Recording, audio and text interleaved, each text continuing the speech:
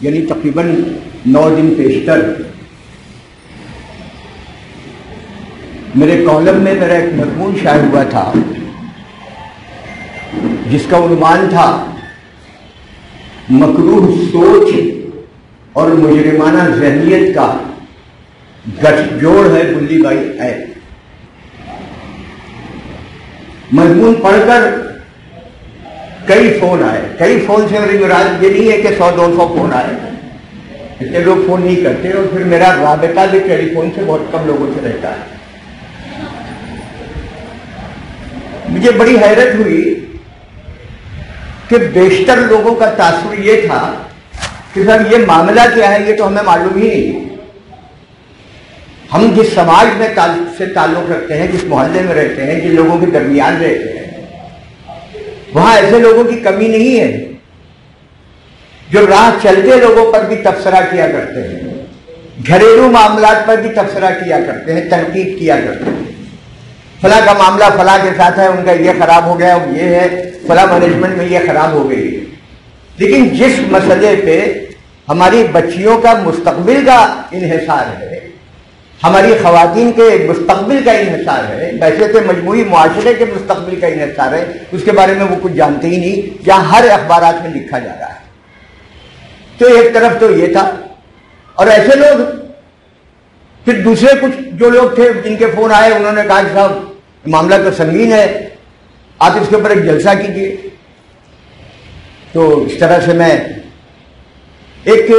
ایک جذبے کے تحت، ایک اسپرٹ کے تحت، ایک پیغام کے تحت کہ جن حالات سے ہم گزر رہے ہیں، وقت جو کروٹ لے رہا ہے، اگر انہوں نے اس کو محسوس نہیں کیا تو آنے والے دن بڑے خراب ہوں گے۔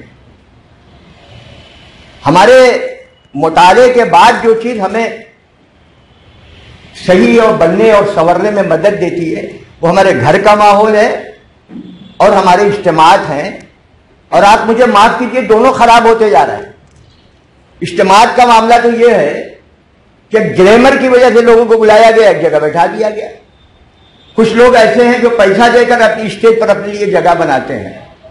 تو صحیح بات، سچی بات، ایسی بات جس سے آپ کا مستقبل سنور سکے ہوتی ہی نہیں اس قسم کے جلسوں میں۔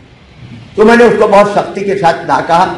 میں حاضر ہوں، سب سے پہلے میں دعا کرتا ہوں حسنہ صاحبہ کے والد کے لیے کہ اللہ ان کو صحت عطا فرمائے، اور یہ عرض کروں کہ وہ مسئلہ کیا تھا جس پر میں نے وہ پورا مضمون لکھا تھا۔ بلی بائی ایپ یہ تھا کہ ہماری معزز اور محترم خواتین جن کی تعداد 100 سے زیادہ ہے، 1-2 نہیں ہے، 100 سے زیادہ، ان کی تصاویر لے کے ایپ پہ ڈال دی گئی انٹرنیٹ پہ، پھر بیہودہ کلمات لکھے گئے، نہایت بیہودہ اور فحش تبصرے کیے گئے۔ ہماری ان بچیوں نے چہرے ڈھانک رکھے ہیں، حجاب میں ہے، نقاب میں ہے، چہرے ڈھانک رکھے ہیں، اور ان کو بے پردہ تصویر میں آپ پیش کر رہے ہیں، ان کے ساتھ بیہودہ کلمات بھی کہہ رہے ہیں۔ یہ ناقابل برداشت ہے، اور وہ بیشتر وہ تمام تقریباً 100 جو خواتین تھیں جن کے ساتھ یہ ہوا وہ سب مسلمان ہیں۔ یہاں میں یہ عرض کر دوں کہ ہم عورتوں کے احترام کے قائل ہیں، یہی ہماری تہذیب بھی ہے، یہی ہمارا عقیدہ بھی ہے، یہی ہمارا مذہب بھی ہے۔ اگر کسی دوسرے سماج کی خواتین کی بے حرمتی کی ہو گئی تو بھی ہمارا یہی رد عمل ہوتا جو اپنی بہنوں کی۔ ہم اس کو تفریق کرنے کے قائل نہیں ہیں، ہم داعی بن کر زندہ رہنا چاہتے ہیں، خود بھی اچھا بننا چاہتے ہیں، دوسروں کو بھی اچھے بننے کی تحریک دینا چاہتے ہیں۔ تو وہ سب مسلمان، وہ جن کے کبھی چہرے آپ نے نہیں دیکھے ہوں گے، ان کو بولیاں لگائی جا رہی ہے۔ بولی لگانے کا مطلب آپ سمجھتے ہیں کہ کیا ہوتا ہے؟ پھر یہ معاملہ وہیں پہ پہلا اور آخری معاملہ ثابت نہیں ہوا۔ اس کے بعد کلب ہاؤس ایپ کا مسئلہ آیا، اس کے چند دنوں کے بعد۔ اس میں بھی وہی چیزیں ہیں۔ اسے 6 مہینے پہلے آپ کو دیکھیے، تو 6 مہینے پہلے سنی دین کا معاملہ ہے جو اسی نوعیت کا ہے، تو اس کا مطلب ایک ذہن کام کر رہا تھا۔ اب مجھے یہ تجسس ہوا کہ اس مسئلے کو اٹھایا تھا، معلوم ہوا کہ وہ ہماری بچیاں تھیں، بہنیں تھیں، لیڈی جرنلسٹ تھیں، جنہوں نے اس مسئلے کی تحقیق کی اور اس کے اوپر نیوز فلیش کیا.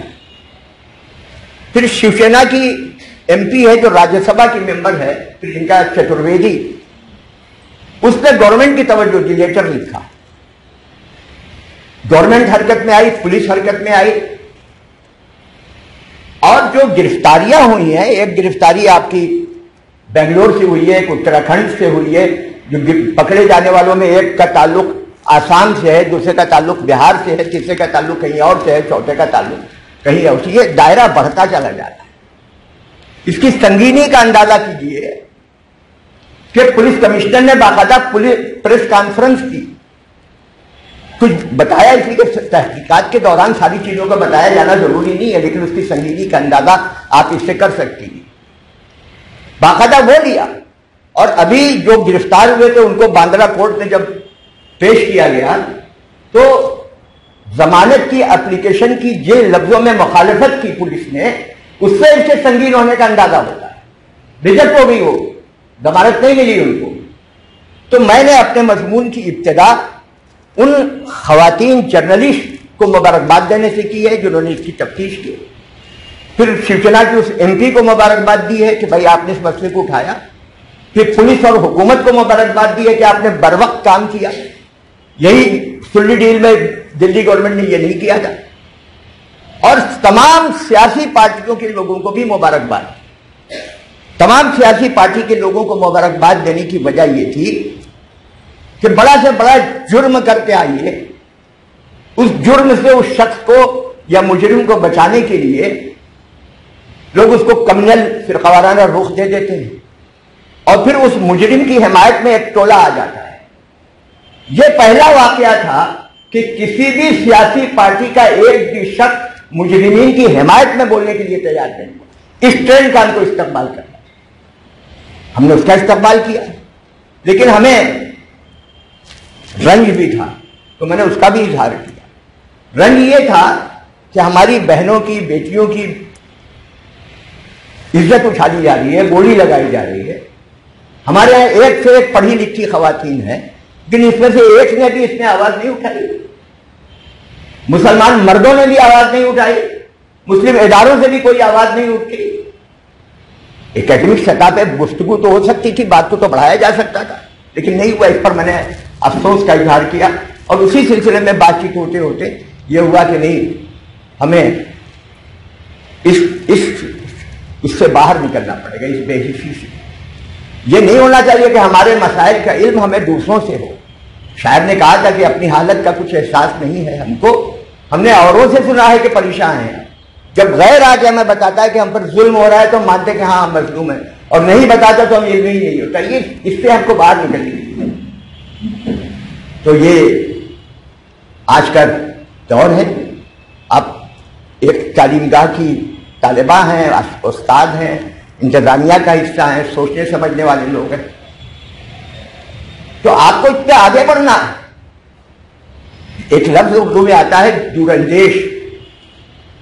دور اندیش کا مطلب آدمی ایک واقعہ ہوتا ہے سوچ لیتا ہے کہ بھائی اس کے بعد یہ ہوگا، یہ ہوگا، اور اس کے اثرات یہ ہوں گے، اس کے نقصانات یہ ہوں گے، یہ ہوگا. ہم لوگ دور اندیش لوگ نہیں ہیں. کم از کم میں تو بہت ہی احمق اس سلسلے میں آیا ہوں، اور جو کرنا ہوتا ہے کر گزرتا ہوں. لیکن ہمارے یہاں دور اندیش لوگ ہیں. قبل آغاز ہی انجام کا ڈر ہوتا ہے. دور اندیش بڑا تنگ نظر ہوتا ہے، وہ سوچتا رہتا ہے یہ ہوگا، یہ کر لیں گے تو یہ نکال دے گا، اور وہ نکال دے گا، اور وہ نکال دے گا. لیکن جنہیں کرنا ہوتا ہے وہ کر دیتا ہے. ہم یہاں ایک واقعہ سنایا آپ کو کہ ایک صاحب تھے اردو کے بڑے اچھے شاعر، امر چند قیس، پنجاب کے رہنے والے تھے. امر چند قیس نے ایک نعت کہی، اور وہ ایک رسالے کو یا اخبار کو بھیجی جس کے فرنٹ پیج پر وہ نعت شائع ہوئی. کچھ دنوں کے بعد اس اخبار میں کام کرنے والے ایک کارکن جب ان سے ملے اور ان کو مبارکباد دی کہ صاحب بڑی عمدہ آپ نے نعت کی، تو قیس صاحب نے کہا کہ صاحب ہاں، جس دن وہ نعت آپ کے یہاں شائع ہوئی فرنٹ پیج پر، اس دن اس فرم سے مجھ کو نکال دیا گیا جس فرم میں کلرک تھا. سوچیے آپ ذرا، بات کہہ دی انہوں نے. لیکن جس نے سنا وہ تھرا گیا. اس نے آ کے اپنی انتظامیہ سے, اپنے ایڈیٹر سے کہا. اس کے شریف لوگ تھے, ان لوگوں نے کہا ٹھیک ہے قائد صاحب سے کہہ دیجیے کہ وہ ہمارے یہاں جوائن کر لیں. جس دن سے ان کی سروس ملازمت وہاں گئی ہے اس دن سے ہم ان کو بحال کرتے ہیں, اس دن سے تنخواہ ہم سے لے. پھر یہ صاحب گئے ان کے پاس, قائد صاحب سے کہا. قائد صاحب نے ان کی بات سنی اور برجستہ جواب دیا کہ میں محمد الرسول اللہ سے اپنی عقیدت و محبت کا سودا نہیں کرتا. غیر مسلم کہہ رہا ہے. اور ہمارے یہاں رواج ہے کہ صاحب آج ہم آپ کے جلسے میں آ رہے ہیں, آپ کے یہاں آ رہے ہیں تو ہمارے لیے کھانے کا کیا انتظام ہے, ہمارے یہاں لانے لوانے میں کیا ہے. یہ ایک مزاج ہے, اس کو بدلنا ہوگا. نعتیہ محفلوں میں, نعت کی مجلسوں میں آنے کے لیے پیسہ تو یا خوشگلو ہے, اس کی آواز زیادہ اچھی ہے تو اس کو اتنا روپیہ دینا ہے. ان چیزوں سے آپ باہر آئیے. ایسے واقعات کو بیان کیجیے لوگوں جن کے ضمیر کو بیدار کریں. جب یہ ہوگا تب تاریخ مرتب ہوگی. ہر وقت آپ کو ایک درس دے رہا ہے کہ آپ کو یہ کرنا ہے. فراق نے کہا تھا کہ بہت پہلے سے ان قدموں کی آہٹ جان لیتے ہیں, تجھے ہے زندگی ہم دور سے پہچان لیتے ہیں. یہ حالات بگڑتے جا رہے ہیں لیکن زندگی کے آثار ابھی موجود ہیں. اس کو آپ کو برقرار رکھنا, اس کو آپ کو اس سے فائدہ اٹھانا ہے اور دوسروں کو فائدہ پہنچانا ہے, تب ہوگا. یہ ایک جو بلی ایپ اور اپنا کلب ہاؤس ایپ یا سنی ڈیل, یہ دو چار واقعات ہیں, ایسے واقعات ہیں کہ ہم یہاں بیان نہیں کر سکتے اور آپ سن نہیں سکتے. تو ان سے نجات کی کیا صورت ہوگی؟ آپ کو خود اپنے اندر وہ اسپرٹ پیدا کرنا ہے, جذبہ پیدا کرنا ہے, وہ ٹیم پیدا کرنا ہے, وہ اجتماعیت پیدا کرنا ہے, وہ صالح طریقہ کار کو اپنا ہے جس سے آپ اس سے نکل سکیں. جو قوم یا جو جماعت یہ انتظار کرتی ہے کہ آسمان سے کوئی فرشتہ آئے گا اور ہماری مصیبتوں کا علاج کر دے گا, وہ کبھی نہیں کر سکتی, وہ کبھی فلاح نہیں پاتی. آپ کو خود کرنا پڑے گا. یہ دنیا ہے, دارالاسباب ہے, پانی کا کام ڈبونا ہے. لیکن ہمارا یہ ایمان یہ ہے کہ اگر اللہ کا حکم نہ ہو تو پانی ڈبو نہیں سکتا. دوسری چیزوں کا بھی یہی معاملہ ہے. تو یہ ایک ذہنی بیداری, تربیت, کردار کی تعمیر, صحیح سوچ, صحیح سمت میں آپ کی رخ دینے کی کوشش, یہی آج کے جلسے کا مقصد ہے اگر آپ لے جائیں. اور اس کے ہمارے بڑی مثالیں ہیں, پوری تاریخ بھری ہوئی ہے. پوری تاریخ ہے ہماری, آپ کے اندرون سے آتا ہے. ہم صرف 3 واقعات پر اکتفا کریں گے. چھوٹے چھوٹے واقعات ہیں لیکن عام طور سے ان کا ذکر ہمارے جلسوں میں نہیں ہوتا. پہلا واقعہ تو اس وقت کا ہے جب نبی محترم صلی اللہ علیہ وآلہ وسلم کی بعثت ہو چکی تھی لیکن زیادہ لوگ ایمان نہیں لائے. آپ نے ہجرت فرمائی تو ہجرت کے کسی مرحلے میں ایک خاتون تھی جن کی عادت مہمان نوازی تھی. وہ خیمے میں رہتی تھی, جو بھی تھکا مادہ مسافر آ گئے اسے بکری کا تازہ دودھ دیں, ٹھنڈا پانی پلاویں, کھجور ہو تو کھجور کھلاویں. اسی لیے مشہور تھی مہمان نوازی کے لیے. تو حضور نبی محترم صلی اللہ علیہ وسلم حضرت ابو بکر صدیق رضی اللہ تعالیٰ عنہ کے ساتھ وہاں پہ تشریف لے گئے اور کہا بھائی جاؤ ہم لوگ تھکے ہوئے. اب وہ عورت جو ہے اس کا نام تھا عاتقہ بن خالد. عاتقہ بن خالد ٹکٹکی باندھے ہوئے آپ کے روح انور کو دیکھ رہی, ٹکٹکی باندھے ہوئے حیرت سے دیکھ رہی. پھر اتفاق کہیے یا سوئے اتفاق کہیے کہ آج ہی گھر میں بوریا نہ ہوا, ان کے گھر میں اس دن کچھ تھا ہی نہیں. پھر حضور کی نظر ایک بکری پہ پڑی جو خیمے کے اندر تھا. حضور نے پوچھا یہ کیا ہے؟ تو انہوں نے کہا کہ یہ ایک لاغر اور کمزور بکری ہے, ریوڑ کے ساتھ چل نہیں سکتی کہ یہ یہاں آتا. تو انہوں نے کہا اس کو لے آ. وہ آئی, آپ نے بسم اللہ پڑھ کے اس کے تھن پہ ہاتھ رکھا, دودھ دوہا, اتنا دودھ نکلا کہ حضرت ابو بکر صدیق جو راستہ بتانے والے تھے وہ, جو ایک 2 اور آدمی وہاں موجود تھے وہ, اور خود حضور سیراب ہو گئے. دوبارہ اس کو دوہا, پیالے میں بھرا اور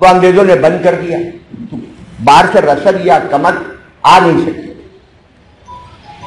لیکن وہاں ایک بزرگ تھے شیخ سنوسی رحمت اللہ علیہ، بزرگ شخصیت، اس بے سر و سامانی میں انہوں نے جہاد فی سبیل اللہ کا اعلان کر دیا۔ کہا کہ نہیں، ہمارے دو ہی صورتیں ہیں، یا تو ہم سرنڈر کر جائیں، سرنڈر کرنے کی صورت میں یہ ہوگا کہ ہماری ماں اور بہنوں اور بیٹیوں کی عزت سے کھیلا جائے گا، ان کی حرمت سے کھیلا جائے گا۔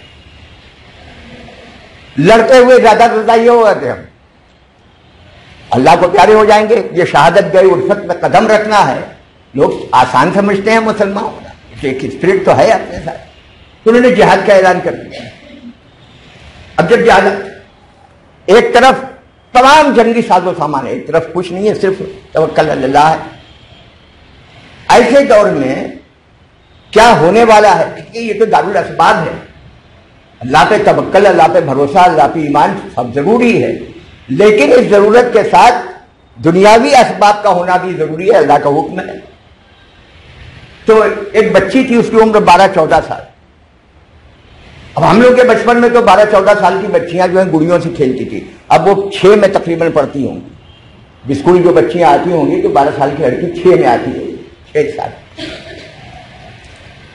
اب وہ ادھر جنگ ہو رہی ہے، موت سر پہ کھڑی ہے، گھبرائی نہیں ہے، کمرے میں جا کے اندر سے بند نہیں کر لیا، وہ مشکیزہ لیا اور مشکیزہ لے کے میدان جنگ میں چلی گئی اور زخمیوں کو پانی پلاتی تھی۔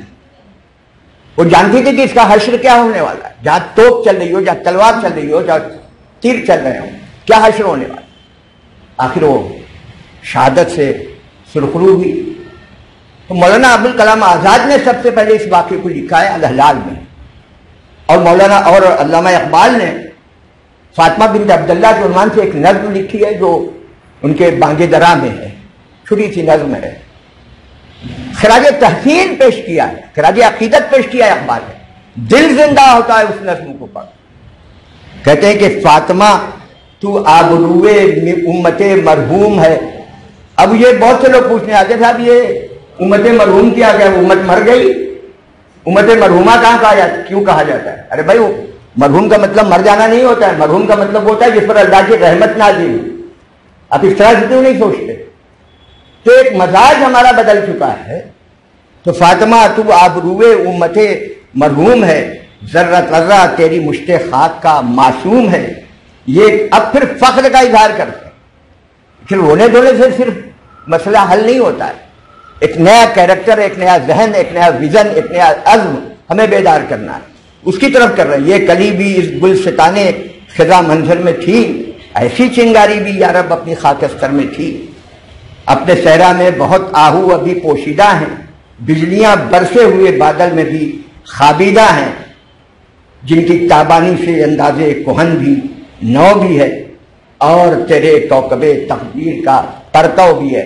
تو کہتے ہیں صاحب حالات تو بڑے خراب ہیں، لیکن یہ خراب حالات کے باوجود بھی ایسی لڑکیاں، ایسی بچیاں، ایسے کردار، ایسے افراد ہمارے ہاں کم تعداد میں نہیں ہیں جو حالات کے رخ کو موڑ سکتے ہیں، بدل سکتے ہیں، طوفانوں کو دور کر سکتے ہیں، اللہ کے بھروسے پر اسباب کے بغیر بھی بہت کچھ فتح حاصل کر سکتے ہیں۔ اس شاندار نظم کے ہی آج بھی ہم کو زندہ کر دی۔ حالات اچھے ہوں، اچھے حالات میں رہ کر آپ نے اچھے حالات پیدا کیے تو کوئی مسئلہ نہیں ہے، برے حالات ہوں تو بھی آپ اچھائی کی توقع کیجئے۔ دیکھیے اللہ تعالیٰ کس طرح بدلتا ہے۔ میں اپنی مثال دے دیتا ہوں، اچھے خاندان سے تعلق رکھتا تھا، خوشحال بھی تھا، علم میں بھی تھا، سب تھا، لیکن کچھ کزن وغیرہ سے ہوا، کورو پانڈو کی لڑائی تو اکثر خاندانوں میں ہو جاتی ہے، وہ تن کے کپڑے کے ساتھ نکل آیا، ہوٹل میں ایک رات گزاری، دوسرے دن سمجھ میں نہیں آ رہا تھا کہ کریں گے کیا، کہ میرا ایک دوست ہندو دوست آیا، اس نے کہا نہیں آپ میرے گھر رہے ہیں، ان کے گھر رہے، اور وہاں سے جو جدوجہد ہوئی پھر کچھ اور مسلم گھرانے بھی آ گیا ہے، اور اللہ تعالیٰ نے وہ سب دیا جو جس کے لیے دوسروں لوگ اپنے ضمیر کا سودا کرتے ہیں۔ ہم نے محنت کیا، اللہ پہ توقع رکھا، اور اللہ نے اس کو ہم کو نوازتا چلا گیا۔ حالات بدلنے سے بدلتے ہیں، تو یہ بلی بائی ایپ ہو یا سلی ایپ ہو یا اس قسم کی ہو، یا ہمارے محلوں میں بےہودہ فکرے کسنے کا رواج ہو آوارہ لڑکوں کی وجہ سے، یا کہیں کہیں تو انتظامیہ نے اپنی بچیوں کا اور اپنی ٹیچرز کے ساتھ زیادتیاں کی ہیں، ایسے بھی واقعات ہیں۔ ان سب کے خلاف آپ کو جد و جہد کرنی پڑے گی، اور جب جد و جہد آپ کریں گی تو اللہ کی مدد، اللہ کی نصرت آئے گی۔ یہ آپ کو فیصلہ کرنا ہے۔ اگر آپ نے یہ کیا تو انشاءاللہ وہ سارے فتنے اور فتنہ گر دونوں ناکام ہوں گے، رسوا ہوں گے، پسپا ہوں گے، اور دنیا اور آپ خود، شاعر کا تو صرف تصور تھا، عملی طور پر یہ کہنے کے لیے بےتاب ہوں گے اور حق بجانب ہوں گے کہ سب کے ہونٹوں پہ تبسم تھا میرے قتل کے بعد، جانے کیا سوچ کے روتا رہا قاتل تنہا۔ پوری اسلامی تاریخ آپ اٹھا کے پڑھ لیجیے۔